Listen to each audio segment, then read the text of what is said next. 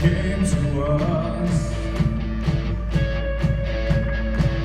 We sing, we shout, 'cause in our city you have heard our God came to us. We sing, we shout, 'cause in our city you have heard our God came to us. We sing, we shout, 'cause in our city you have heard our God came to us. Came to us.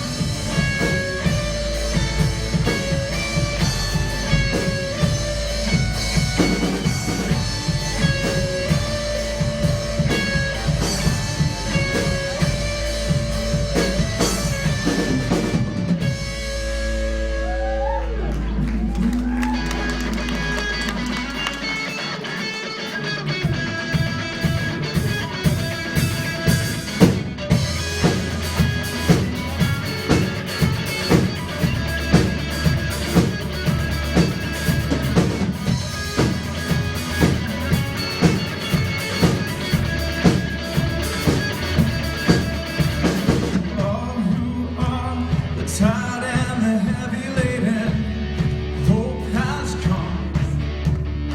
All who feel the weight of a broken spirit, hope has come.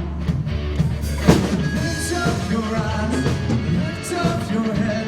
The power of our sin is dead. Sing as one. Death is swallowed up in victory through the Son. The grave is lost and sting and is here for me. He has won. He has won.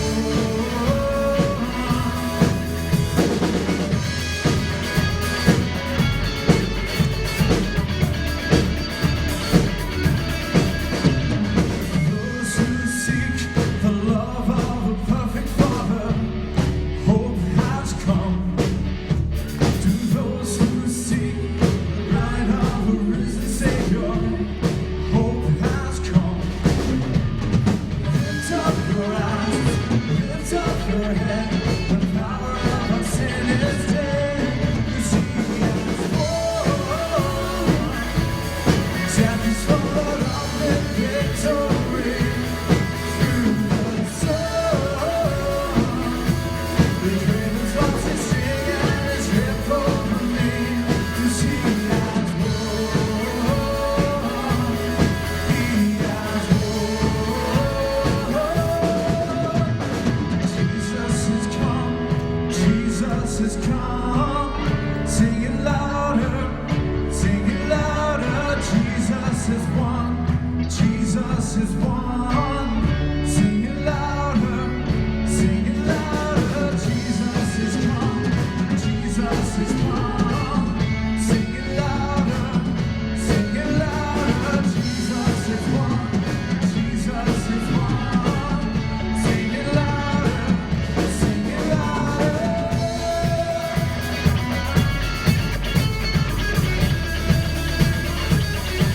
'Cause He has won.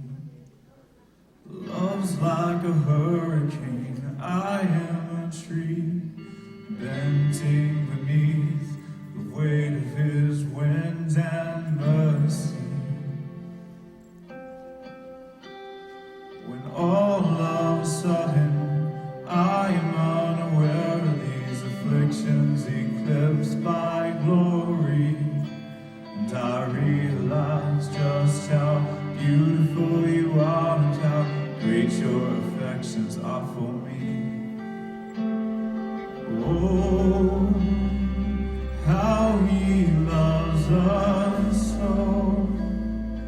Oh, how he loves us. How he loves us so.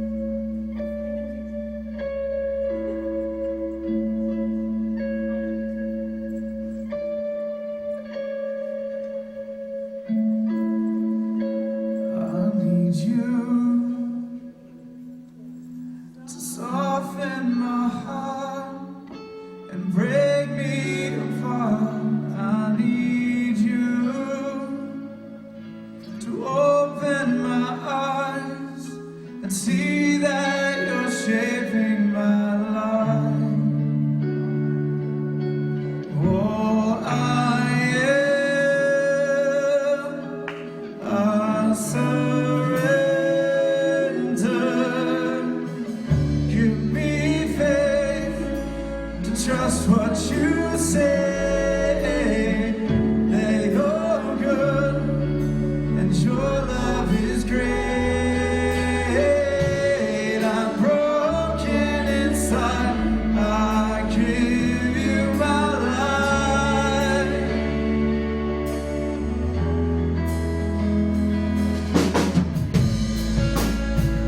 I need you to soften my heart and break me apart. I need you to pierce through the dark and cleanse every part of me. All I am, I surrender. Give me faith to trust what you say. That you're good and your love is great. I'm broken inside. I give you my life.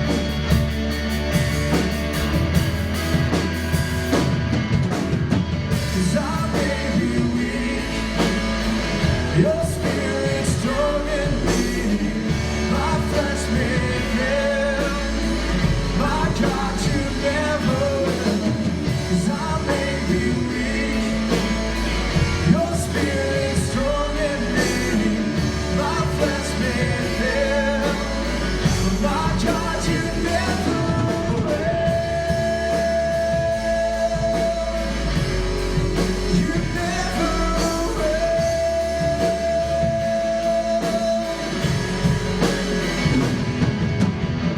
Give me faith to trust what you say. That you're good and your love is great. I'm broken inside. I give you my life. Yeah. Give me faith to trust what you say. That you're good and your love is great. I'm broken inside. I give you my life. Yeah. 'Cause I may be weak, your spirit strong in me. My flesh may fail, my God, you never will. 'Cause I may be weak, your spirit strong in me. My flesh may fail, my God, you never will. You never will.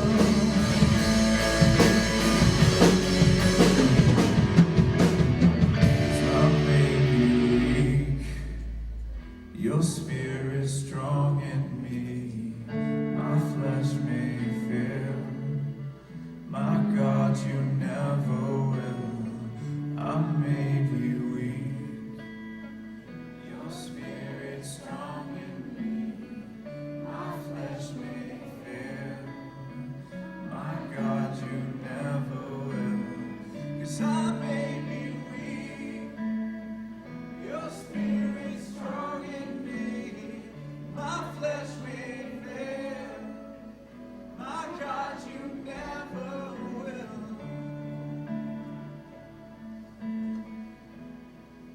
You never will.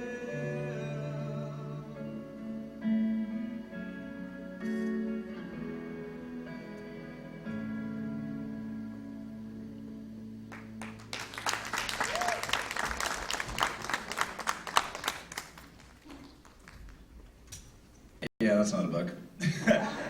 So here's the thing. I'm really excited this morning. That's why I'm sweating. We'll just call it that, right? No, I'm really excited. It's always a pleasure to come and get to share what God's kind of put on my heart this week. And getting to kind of teach and share is something that I enjoy getting to do, and I know Brendan and Bert do as well.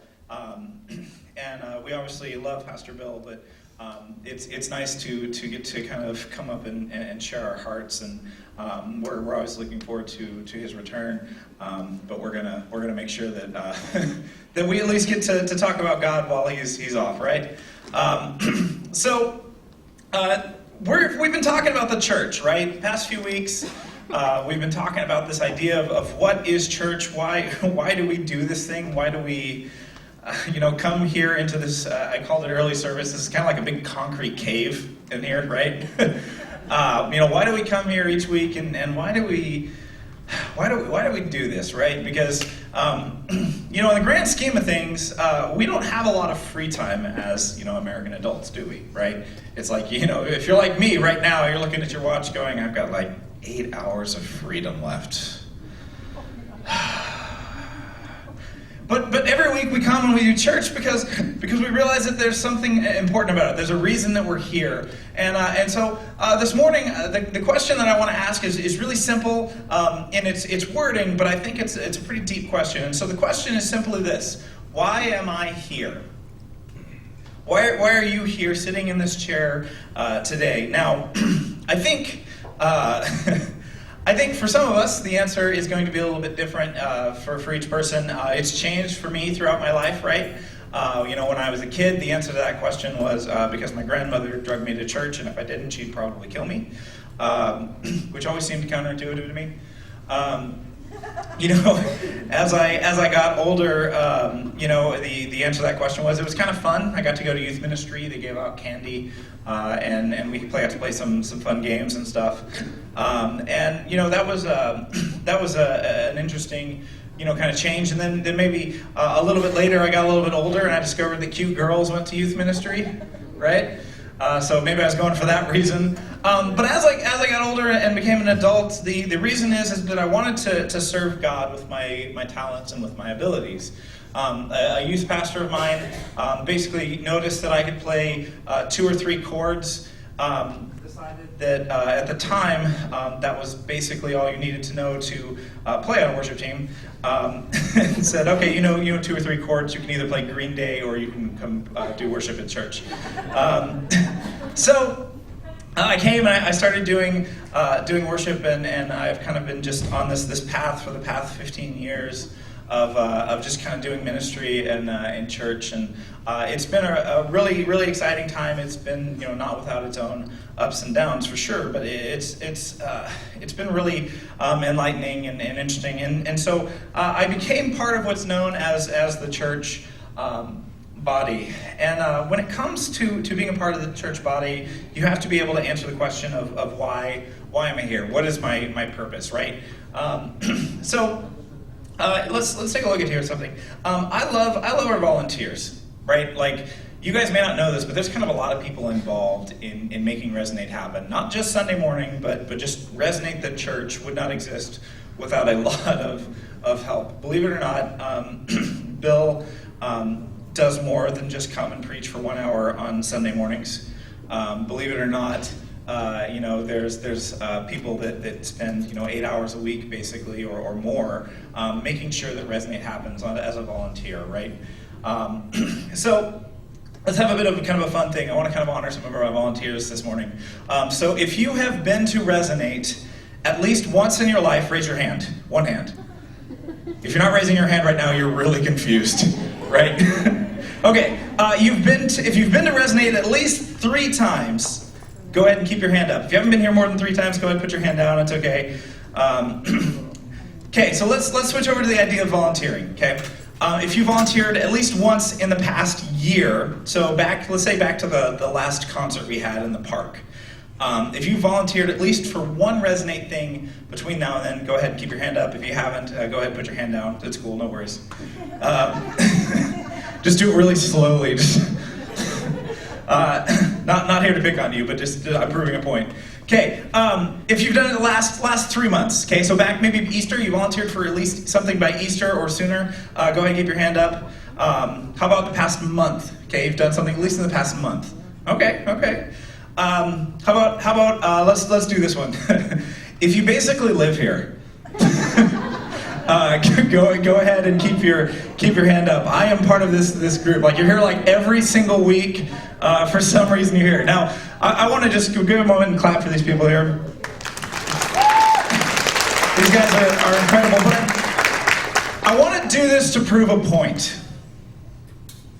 There's a saying in church ministry that is kind of one of those internal sayings that you hear at church conventions, and it's this: 90% of church work is done by 10% of the church.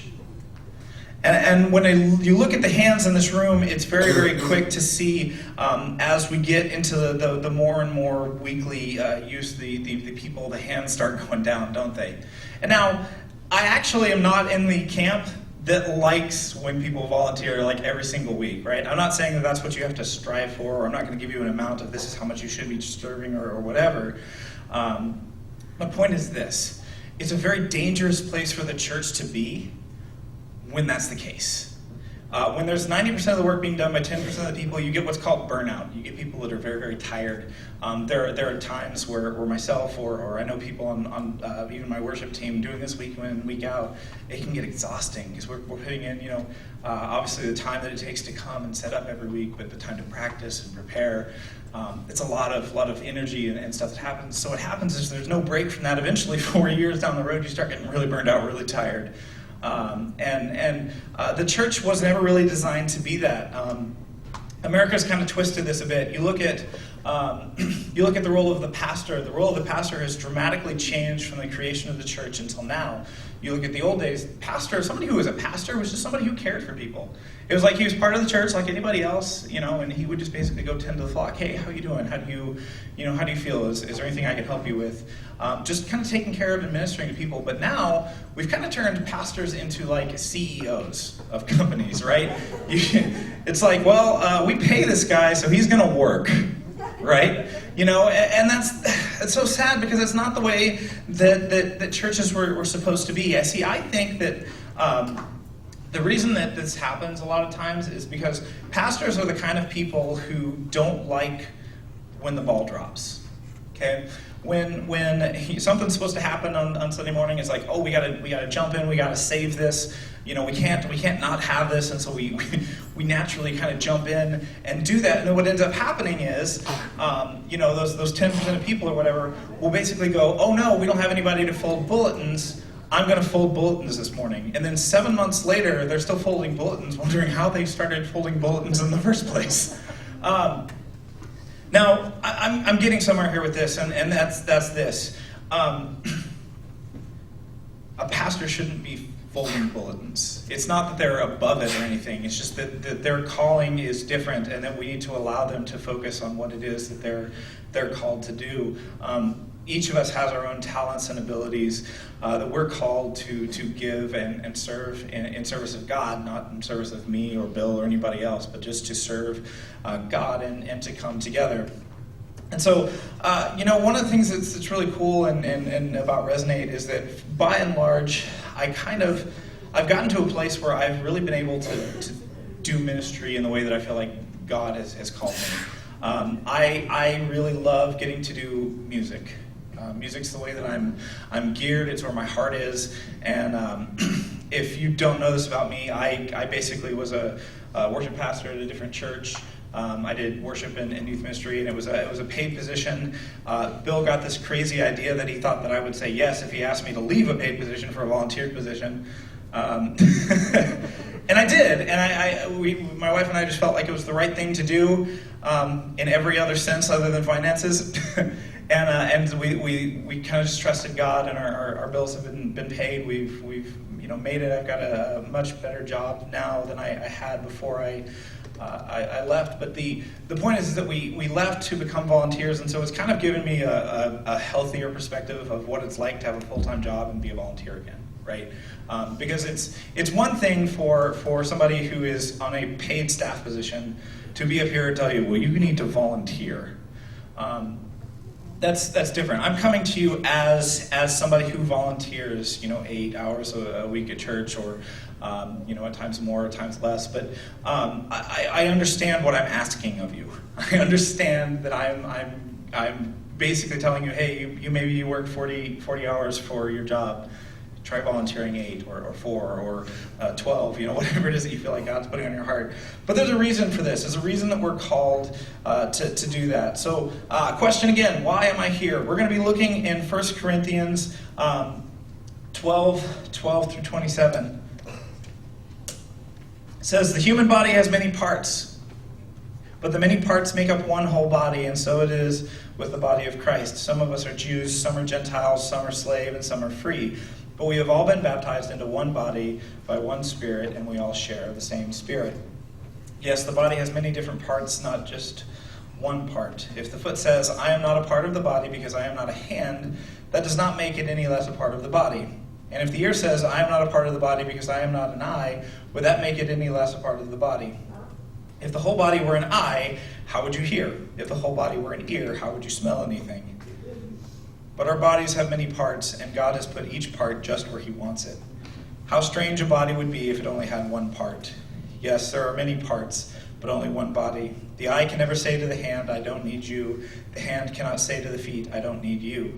In fact, some parts of the bodies that might seem weak and least important are actually the most necessary. And the parts we regard as less honorable are those that we clothe with the greatest care. So we carefully protect those parts that should not be seen, while the more honorable parts do not require the special care. So God has put the body together such that extra honor and care are given to those parts that have less dignity. This makes for harmony among its members, so that all the members care for one another. And if one part suffers, then all the parts suffer with it. And if one part is honored, then all parts are glad. All of you together are Christ's body, and each of you a part of it. This is not an obscure passage, right? I'm not talking out of Hezekiah this morning, right? This is a passage that I think most people have at least heard if you've been coming to church at least a year. And you've almost assuredly heard this, but this passage uses the analogy of a human body to explain how the church is supposed to operate. It opens by saying it doesn't matter what your race, your nationality is. It doesn't matter if you're a slave or if you're free. If you've accepted Jesus Christ as your Savior, then you are supposed to, and you're a part of the body. But notice that it says that we all share the same Spirit here, right? It's talking about the Holy Spirit. It's talking about God living within each of us. See, the room, this church, it's not filled up of just a bunch of religious people, right? That's not what the church is. It's a group of people that are of one mind and one spirit who are coming together to further the work of God in their community. But Paul brings up a couple of really interesting points in this verse. Two things that I think really plague churches, really stop people from serving. First one is this. I don't belong here because I'm not X. So what I mean by this is basically because I'm not a pastor, or because I'm not a musician, or because I can't be on stage, I don't belong here. This is a very small part of what happens at church. I know this is like the thing that you get to see every week, but there's so much stuff that goes on behind the scenes to make this stuff happen. I remember, I've been a musician for a long time. I've helped put on and host concerts. And it always seems like it's just like, oh, you just show up and you play music. No, there's so many pieces. You got to get the sound gear together. You got to get somebody to run the lights. You got to get somebody to, open the doors. You got to get somebody to facilitate food and volunteers. And if they're there for too long, you should probably feed your volunteers, because hungry volunteers get grumpy. There's so many things that happen, and so many pieces to this body that go on.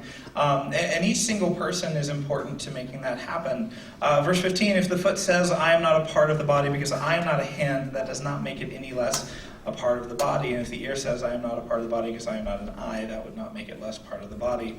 See, that trap befalls so many of us, right? It gets to this point where it's like, because I don't have that gift, I can't serve. No, it means you can't serve in that area. You may not have the gift of teaching. You don't preach. That's fine.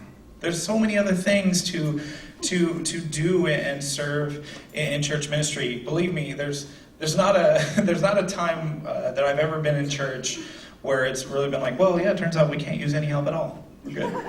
It's never happened. Every church I've ever been to is like, please help, the children are getting restless.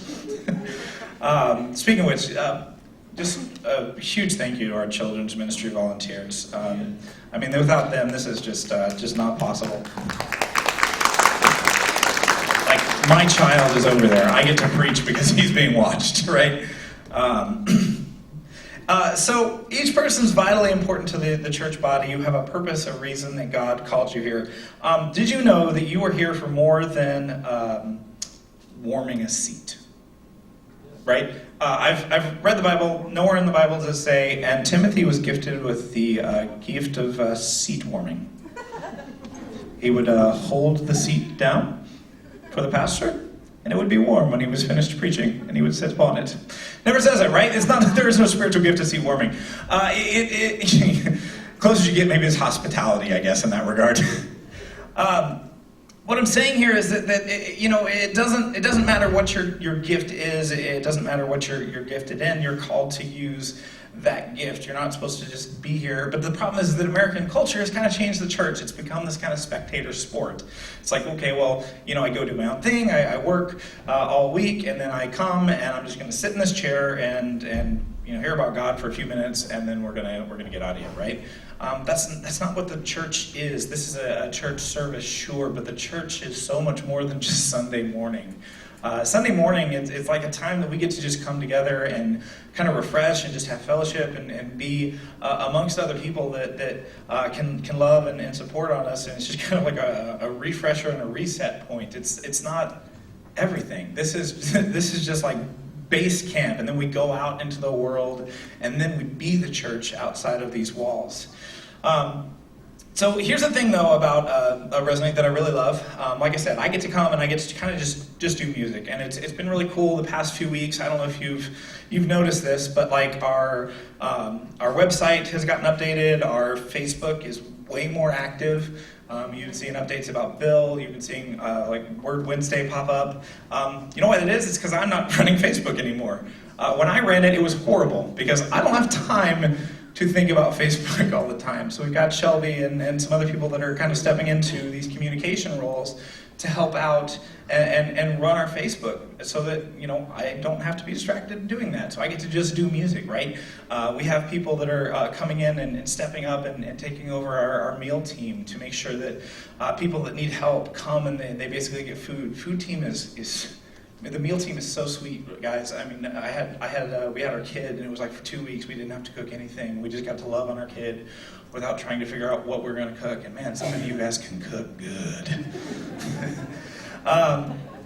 It's just nice. See, the problem is that when we get to a place where the church is being done by just a few people, the church ends up dying because people get burned out, they get tired, and then the church ends up going out. And if it got to the point where America wants to think it is, where basically the pastor's in charge of everything, the church would be dead in a few months. I love Pastor Bill to death. Like he's a great guy, but like all people, he's inherently flawed.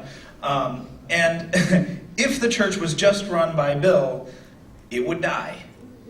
Now, that's nothing wrong with Bill. That's the way that God made him. If the church was run by me, it would die, or it would be an awkward, 12-person, Bible study out of my house at best, right? That would be the best. But then you guys would try to show up, and I'd forget about it because I'm not a details person, right? If you don't know this about me, I'm a musician. I'm creative, but when it comes to details, I am terrible. Tiffany, be quiet. She's never said amen in church in her life. Yet there it is. That's the moment she decides to break the silence. But I'm not a details organized person. I'm just not an organized person. Okay? So here's the thing, right? So it's nice because I get to show up and just do worship ministry. But we have people like Melinda, and we have people like Shelby and other volunteers, and Lisa, and just all these people that come together and do ministry and focus in the areas that God has gifted them. And it's wonderful. Now, here's the thing, though. There's another mindset that really gets us, and it's this. If I can't be Y, if I can't be X, Y, Z, whatever it is, if I can't be this thing, then I don't belong here or I don't want to serve. Now, I see this one a lot in my ministry because I do worship.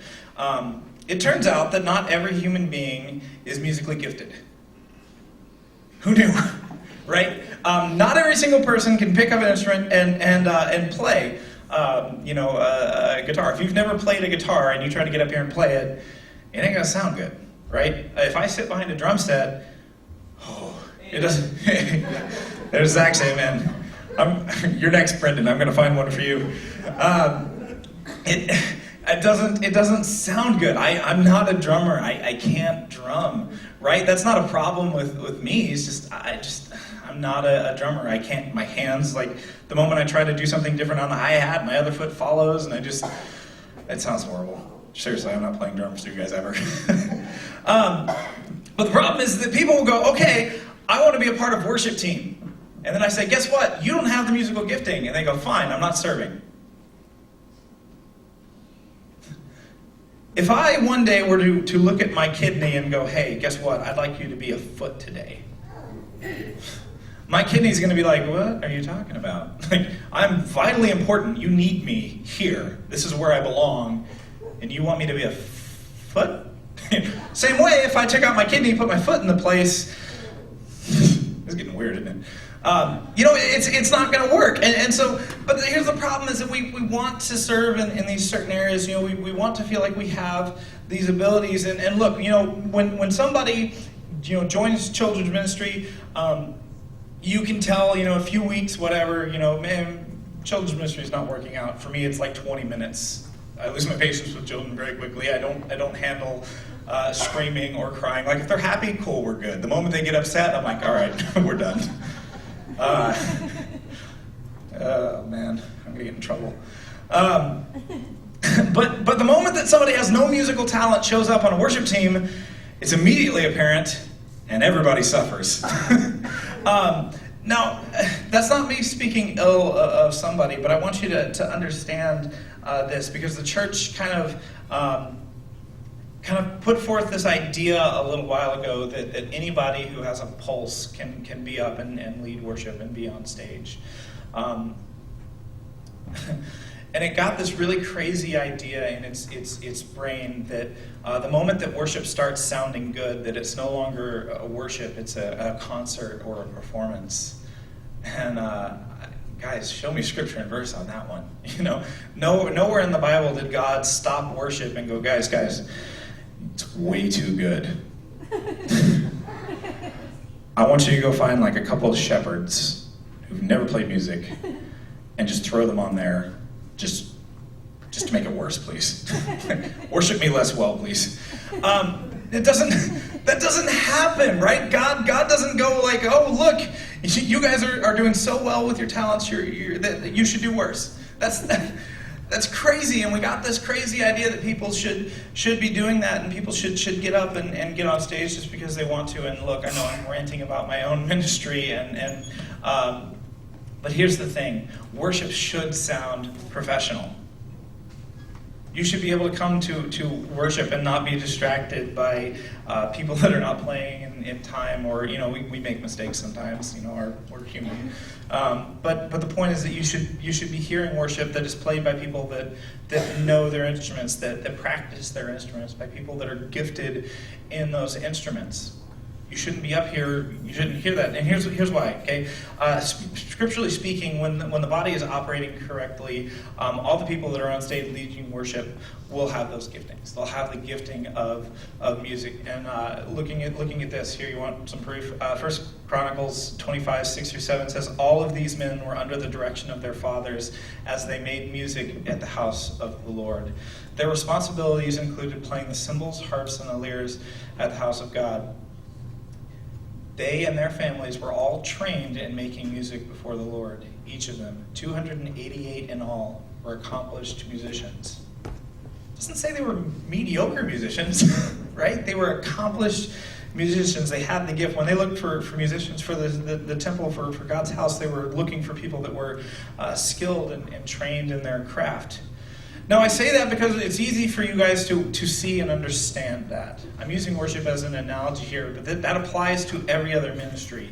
If you don't belong in a ministry, you don't belong in it. If God hasn't given you the skill, the ability, the talent in that ministry, I want you out of that ministry and in the ministry that God has gifted you in.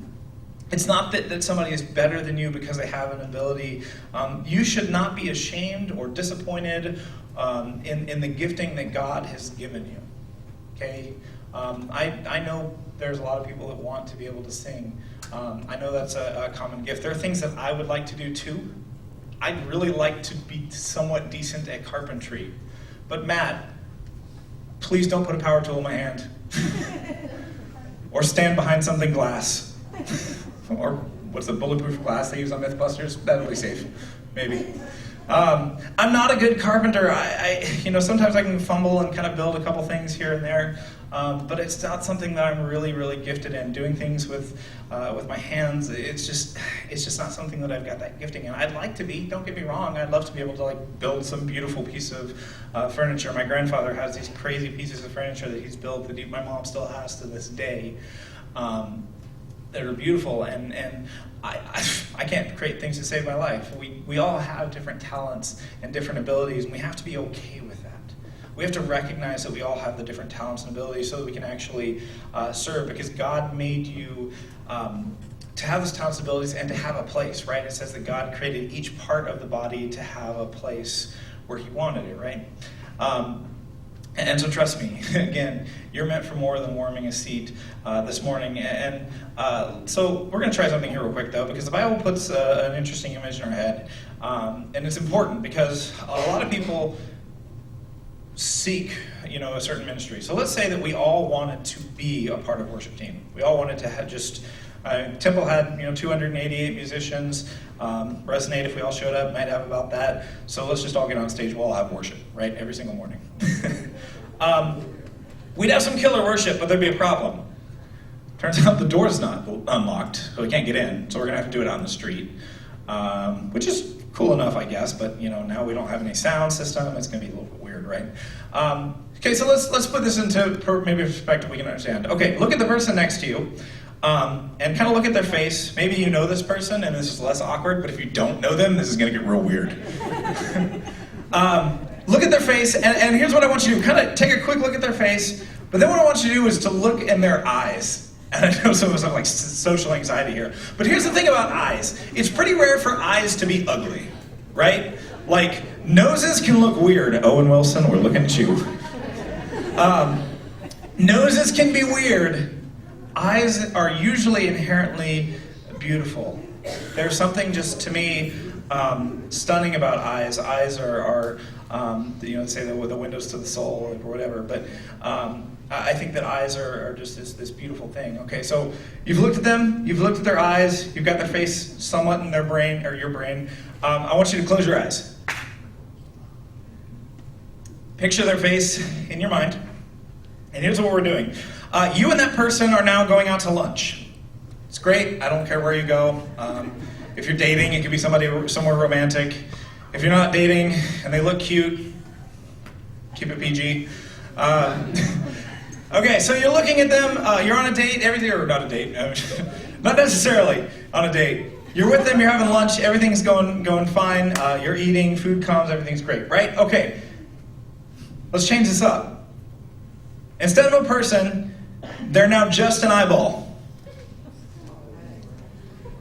And they're sitting on the bench in front of you. Just a slightly moist eyeball by itself, staring at you, unblinking. Okay, you can open your eyes. Because now nobody's hungry anymore. Okay, eyes are beautiful. Eyes alone, creepy. Right? On the top 10 things of things that I don't want to see by themselves, eyeballs are pretty high up there, right? Okay, they're beautiful, but man, they're not designed. A human body is not designed to be an eyeball. No matter how beautiful your eyes are by themselves, they're ineffective. They're not even attractive. Their beauty is basically erased when they're by themselves, right? Verse 17, if the whole body were an eye, how would you hear? If the whole body were an ear, how would you smell anything? See, every part of your body, no matter how small, is important. Every single person, every single part of the church is important, no matter how seemingly small you think that role is. Now, there's definitely a few ministries that I think fall into the category of seemingly small, but critically important camp. I like to pick on tech team because I know they can take it. Because I'm a nerd too. But tech team is this ministry that, like, we annex them up here, right? They're up in their own little area, up in the top area. They get their kind of their own space to be. And so many of you guys probably don't even know who the tech team is, right? No clue. Maybe you know a couple of them, probably don't know all of them. Look, I know every single person on the tech team. But when somebody's not here on tech team, you immediately notice it, okay? So let's put it this way. Okay, so this is a guitar. It doesn't have a name. I don't name my guitars, okay? It can do some pretty cool things, but let's put this in an analogy here real quick. Without the sound team, so let's pretend for a moment here that the tech team didn't show up, the light team didn't show up. Yeah, there we go. So they didn't show up this morning. I don't know why there's lights, because the light guy wouldn't have been here either. So no lights. All right, here we go. We're gonna start with "We Rejoice." 1, 2, 3, 4.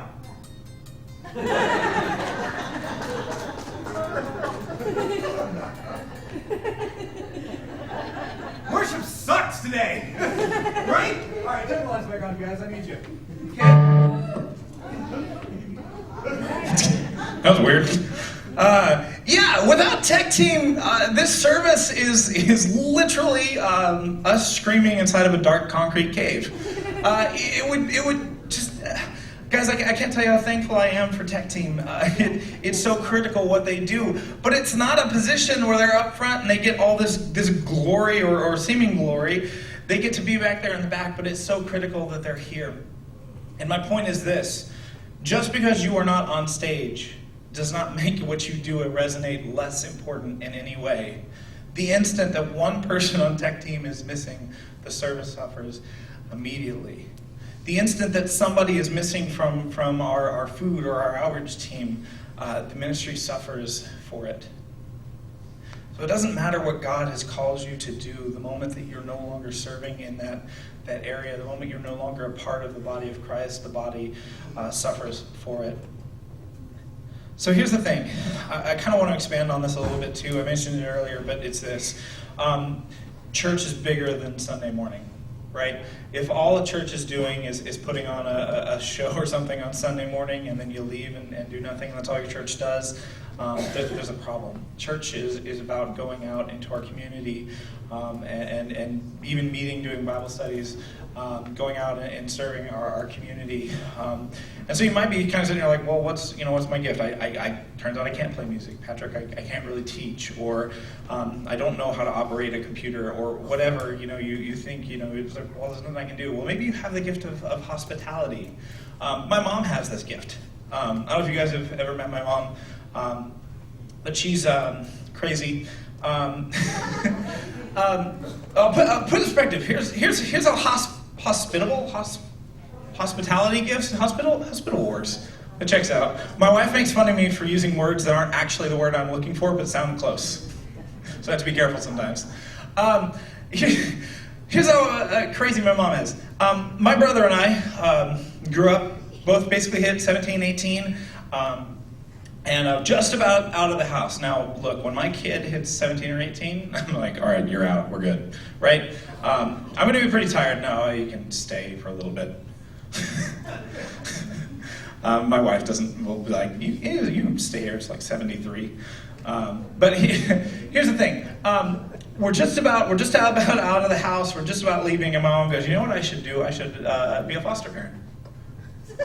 Okay, all right, Mom. So she got a couple foster kids here and there, and then she was like, "You know what? I don't want to have kids coming and going in the night, and what I really want is for kids to have homes. So I'm going to adopt kids." So she goes and says, "Okay, well, I'm going to adopt these two kids." Well, it turned out that they couldn't really adopt the one she wanted, and she, was trying to figure out because there was all this red tape, and basically situations transpire, and my mom has now adopted 5 children. From the ages of what were they, 6 to, well, now they're older, but they were it was 9-year-old all the way down to 3 weeks old. So my mom basically, at the end of the race, decided, you know what, I'm going to go back to the start and make it harder. But she does it because she wants to make sure that these kids have a home. She wants to make sure that no kid is growing up without a stable home environment, and it has been hard to adopt 5 kids. If you've never adopted 1 kid, it's hard enough. Adopting 5 kids from 2 different families with, even in the same family, different fathers, gets really, really hard, and the family dynamics are complicated, but my mom wants to do that. My mom hosts all kinds of stuff. My mom's not really a teacher. She doesn't want to go out and teach things, but if you ask her, "Hey, can we host this thing at your house?" She's like, "Yeah, we're gonna do that." Most of the when Resonate was getting started, most of the meetings that we ever did were always at my mom's house because they had a good-sized house, and she loved hosting and doing it. So what's my point here? My point is, you may have the gift of hospitality, but not teaching. Host a Bible study. I'm not saying teach a Bible study. I'm saying host one. Open up your house for somebody else to come and teach the Bible study, but you just get to open your house and basically focus on making people feel welcome and like they have a home. Point is that there's all these ministry opportunities that are available. There's all these things that seem small, but they're so critically important. If we didn't have a place to meet, we would need somebody to be hospitable to host a place to meet, right? All those gifts are important. Verse 25, let's wrap it up here. It says, "This makes for harmony among the members so that all members care for one another. If one part suffers, then all the parts suffer with it. And if one part is honored, then all parts are glad. All of you together are Christ's body, and each of you is a part of it." If I chopped off my toe, and 2 weeks later somebody stepped on my chopped off toe, would I feel it? No, wouldn't. If you have ever gone for a midnight snack and stubbed your toe into a coffee table, you felt it, right? When you are a part of the body, you share in each other's burdens and each other's sufferings. Now, that's not... The Bible's not saying this to be like, well, if you become part of the church body, it's going to hurt. Well, yeah, but here's the point. When I stub my toe, or if I were to cut my toe, let's say, my hand is going to go get a Band-Aid, and it's going to go get some pain relief pills or whatever, and it's going to medicate that problem, right? When my foot suffers, my hand is able to go and take care of it. I fell off a ladder a few years ago. I broke my arm. I was able to use my feet to go to the doctor. Each part, when it's working together, is able to share and help and minister to one another in times of suffering. But at the same time, when joyous things happen, the entire body gets to be excited as one another. So when you're a part of the church body, not only are you taken care of when times of when hard times happen, but you're also able to share in the joy. When somebody is I love getting to hear about people who have made milestones in the recovery ministry, right? We've got 10 years clean and sober, 1 year clean and sober, 1 month, whatever that milestone is. We get to celebrate as a church body when somebody has overcome that, when somebody has reached that moment. The church needs you. Doesn't matter what your ability is. Doesn't matter what that thing is. It's our jobs as leaders here at Resonate to kind of help you find that. Look, it may not be music ministry. You may not have that gift. That's fine. But what I'm asking you this morning is to look at your bulletins here If you're not actively serving at Resonate, take a look at this bulletin. Maybe you were at one point, maybe you haven't. On the back of it, there's this little tear-off sheet. We talk about it, most weeks, but it says, God wants to use you, I am interested in. And it's got a big old list of things there, as well as other. Maybe you juggle. That's probably a good place for other. Or kids ministry, I guess. But anyways, the point is, on that sheet is an opportunity before you this morning. And what I would encourage you to do is to fill that out. If you're not serving, you don't have to know what it is. Here's the cool thing. You can come and you can try something and try and volunteer to serve at Resonate. And if it's wrong, if it's a bad fit, either we'll let you know or you'll let us know, and we can go, okay, well, what is it that God's gifted you in, and try to find a place to plug you in. Because the problem that we run into is so many churches is people serving in areas that they're not supposed to. We get people that are so afraid of dropping the ball, and I'm one of these people, and then 7 months later, they're sitting there folding that bulletin when it's somebody else's gifting. And here's the problem. The problem becomes is the moment that we have somebody in the wrong ministry or not serving, what ends up happening when you're in that wrong ministry is that two things. One, you're taking up the spot of somebody else who has that gifting. And at the same time, that person isn't able to then go in to do that. But at the same time, I'm also taking you away from the ministry that you're supposed to be doing. So here's my challenge. Take that thing and fill something out. Get plugged into a ministry and a service. Maybe you don't know what that is. That's fine. We'll help you. And we're probably not going to nail it immediately, right? We may have some trouble figuring it out. But look, God does not want you here just to be a bench warmer. I'm happy that you're here. Don't get me wrong. You're here this morning. I'm happy that we get to come and worship together and have fellowship together. But you were meant to do so much more than just warm a seat this morning. So I want to pray real quick for you, and then we're going to get back into some closing worship. Father God, I thank you for this time that we get to come together in ministry and God and refocus ourselves. God, it's so easy for us to lose sight of why we're here. God, that our ministry is so much more than just one person doing the entire work of the church. That we're called to be a people that come together and work to help make up for one another's weaknesses, to help serve where other people are not gifted. God, that we get to come in and excel in those areas. But God, I pray for each and every single person for two things. God, I pray for drive first. God, drive that we would have the drive and the aspiration to serve you. God, the energy, the strength, and the will to do that and to be focused on that. But the second thing I pray for is peace in who we are. God, that it's not a matter of shame or disappointment for the person that we are, but we have peace in the person that you have made us out to be so that we can serve you. And we pray. Amen.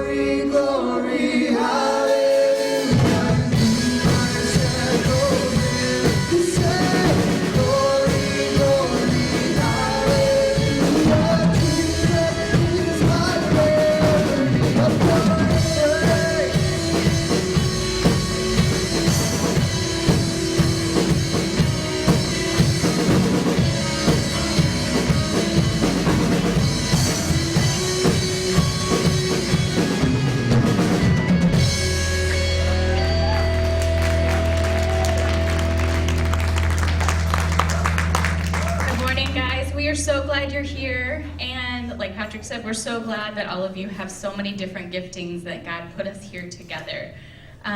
We have something super exciting coming up next Sunday. Finally, if you guys got the flyers in your bulletin, you could take those, give those to friends. We have our concert next Sunday at Scappoose High School at 5 o'clock. If you're interested in volunteering, there's info for that in the bulletin. But tell your friends, bring people with you. You can buy tickets through the website that's on the flyer or in the bulletin online. They're $5 each ahead of time or $7.50 at the door. And then we've got our Family Sunday coming up on the 29th, so put that on your calendar. We're going to have a potluck, and we're actually going to have one service that day at 10:30. We're going to be at the park down here on the river, and then get to hang out and have a meal together afterwards. And then next Sunday, because of the concert, because hopefully we'll all be there, we will not have recovery next Sunday. It will be still going on tonight, but not next week, and then they'll continue it again after that. So let me pray, and we'll get you guys out today. God, thank you for the way you gather us together as a family, for the way that you bring individuals with so many different giftings and give us a place to be able to share those with each other and use those to bless each other, God. I just ask that you would help us to work together as a body to reach those that are lost in our community, that we would find our place to be able to bless and just to love on each other, God. Thank you for the opportunities you've given us here, and I ask that we just bless the concert this coming week, God, that you would just bring people to that you would reach people for you, that we would be able to bless those hurting in Honduras, but also those hurting here next door, God. Thank you for your grace. Amen. Guys, have a great week, and we'll see you next Sunday.